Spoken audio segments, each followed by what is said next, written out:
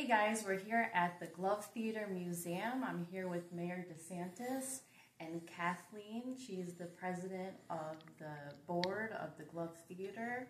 Thank you for having me here. Thank you for joining us.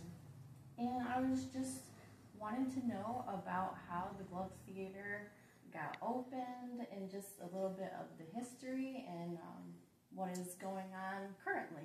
Yeah, well, it's a real historic building. It was built in 1914, Wow.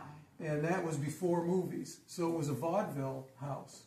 And, opera singers were here, vaudeville shows were here for many years. And then in the 1920s, when silent movies started, around 1922, 23, the Shines moved here from Syracuse and bought this theater. And it was their first theater. And so there was silent movies here. And this was one of the first theaters to actually do talkies, what they called talkies, movies where you could hear an audio. Wow. And the Shines actually built an empire of movie theaters. And they had about 167 theaters nationwide, and they lived in Gloversville, and this was their flagship theater. And their headquarters. There's the office spaces were right here in the space upstairs, in our second and third floor spaces. And all of the movies that went to all of those over 160 theaters came through this space and then were distributed out from here to all of those other theaters. And many of them were actually premiered here, shown to Gloversville residents at the Glove Theater before they went out to the rest of the country. Wow, that's amazing. And Gloversville, back in the 40s and 50s, had such a booming economy at that time. Yeah, the glove industry was booming in the 1920s, 1930s. Even during the Depression, the glove industry was still booming. Yeah. This area was one of the richest communities in the entire country at that point in time. So the entertainment industry, opera houses, movie houses, vaudeville houses here were, very lucrative. And the Glove was the meeting place for people in this community. It was really a focal point of downtown at that point in time. And it's right in the center of downtown. In the center, on the very center block of downtown Gloversville. And it's funny because, back in the 20s and 30s, and 40s, there was no television. Yeah. People came here to see, during World War II, they came here to see newsreels about what was happening on the front. And there were scrap metal collections that were held right under our marquee. It was really a community hub for so many things that happened here. Well, that's awesome. Tell me about what you guys are currently doing with the Glove Theater and just the happenings around downtown. Yeah.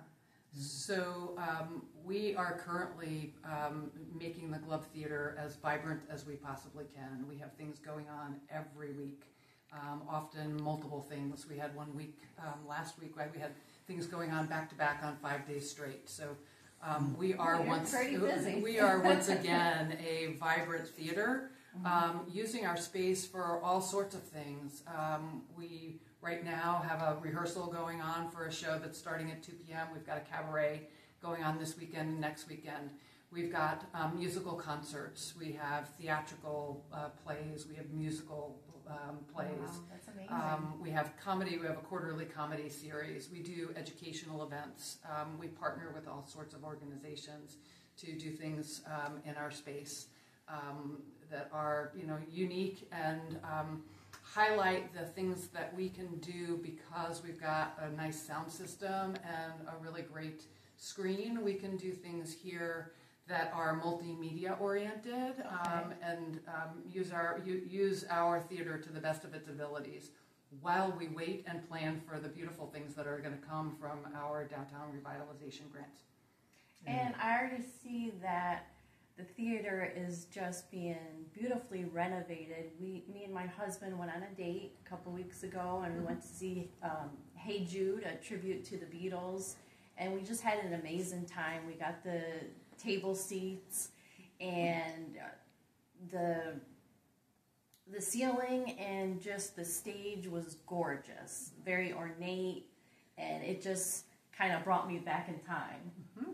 Yeah. Well, this is a real new type of thing where the Glove Theater is today, because it's really the 21st century of theaters. Back in its heyday, in the 20s and 30s, it was really a movie theater. Mm-hmm. And, you know, most of the things that happened here were just movies from in the 1930s, 1940s. And up until 1974, the theater closed in 74, and it was closed and deteriorating for 20 years. And in 1996, a group of volunteers, took title to the theater for $1 Wow. from the owner, because it was a wreck. Yeah. And the community came together and started to rebuild the theater physically, the physical rebuilding of the theater, and started to do things in here that were a little bit different. You know, so there were live performances and all of that. So it's been building up and pieced together, you know, kind of with Scotch tape and bubble gum and whatever the community had. Yeah. For all that time. The current board has really energized everything. So it really has been kind of open on and off from 1996 to just recently, and Kathleen and her current board have injected so much energy into it today that it's becoming, back in 1996, I remember they said, someday it'll be open 200 nights a year. I'll bet they're going to have it open 200 nights a year. I think we might make it this year. I think you're going to make it. If not this year, next year. Yeah. But the big thing is the DRI. Okay. Gloversville won the $10 million DRI. Mm-hmm. And so $2 million of that was granted to the theater because it's really the heartbeat of downtown. Yes. To revitalize downtown, you have to have, a vibrant, active, popular theater, and so $2 million went to the theater, and then the city applied for another grant called the Restore New York grant for another $2 million, and that is going to the Glove Theater. However, it's a reimbursement. Okay. Both of those are reimbursements. The theater has to plan the renovations, do the architectural and environmental and engineering for the renovations, and then actually implement those renovations to make this a 21st century community center. Yes. That does everything. And then they get reimbursed from the grant. The state doesn't give you the money up front. Mm-hmm. They want to see the results first. So you have to spend it. You have to spend it. That makes sense. To get it back. So there's this hiatus where we have to somehow piece together financing to actually do this renovation. And the full project encompasses more than just the immediate theater space. Okay. It's a bigger space. It includes this space. It includes our upstairs spaces. It includes a carriage house that's behind us. Yeah. All of that needs to be taken into account as we're planning for the future. And honestly, all of that is more than $4 million worth of work. So we need to figure out how we chunk that into phases without wasting money along the way, because we didn't envision that wall won't be there, or that or that bathroom needs to be moved. We need to think about the entire thing before we start even the smaller things. So it takes time and it takes careful planning so that we're using our money in the most effective way possible. Mm-hmm. Yep. Well, when that renovation is finished, the Glove will be spectacular. I believe it, because it's already looking spectacular. Yeah. But even now, it's active, it's spectacular. It's, people come here all the time, and the variety of the different things that you're doing is really, really impressive. Our tagline is art that fits like a glove. Yeah. I like to say art that fits you. There's something literally for everybody, whether you're, a young family with young children and looking for family-friendly movies during the wintertime to bring your kids to, we've got that. If you're, younger or older generation, chances are we've got a concert event that's going to appeal to you. You're into theatrical events, we've got those. There literally is something on our calendar that should fit just about anybody. We do educational events. We partner with Southern Adirondack Audubon Society to bring live raptors and other live animals to our stage for all folks to be learning about wildlife. These are things that appeal to, you know, a very wide, diverse group of folks, and many of them are free, so that we're bringing kind of the education and the entertainment to the people. And that's what encompasses revitalization, is you need a plethora of different types of entertainment that can appease various groups. So it really means a lot to the rest of the revitalization of the downtown. You know, a city is attractive to people when there's culture. You know, and food. Those are a couple of the two things that really, so, you know, restaurants and you know, cultural and you know, diversity, so that you have, you know, art, graphic art and performing arts and music. That's where people come to, you know, recreate. You know, this is, you know, downtown is where people would come because they want to see other people. They want to be out and they want to have a good time. And so you have to make that it has a lot of elements to it. You know, it's like baking a cake, you know. You got to have flour, and you got to have eggs, and you got to have milk, you know, and you got to have sugar, right? If you're missing one of those ingredients, you don't have a cake. Yeah. You know, so that's the same thing with a community. You have to have everything. And so and the theater is such an essential part of it. It's really the thing that revitalizes everything else, because you can do so many different things in the theater. Yeah, and I think having a community that is passionate about seeing their city be revitalized is so important. So thank you very much. Thank you for coming out. Thank you. Your time. We appreciate yours. Thanks for chatting with us. Wonderful information you guys have given us. Yeah, thank you. Very nice to meet you. Thank you. Thank you. Close your eyes.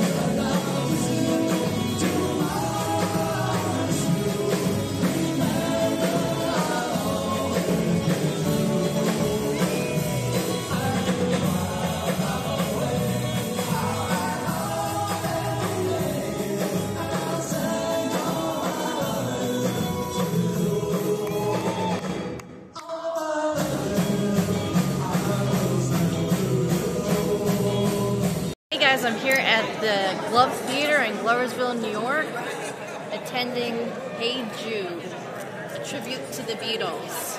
Here on a date night with my husband, and this theater has a rich history. It was opened in 1914. It's just gorgeous.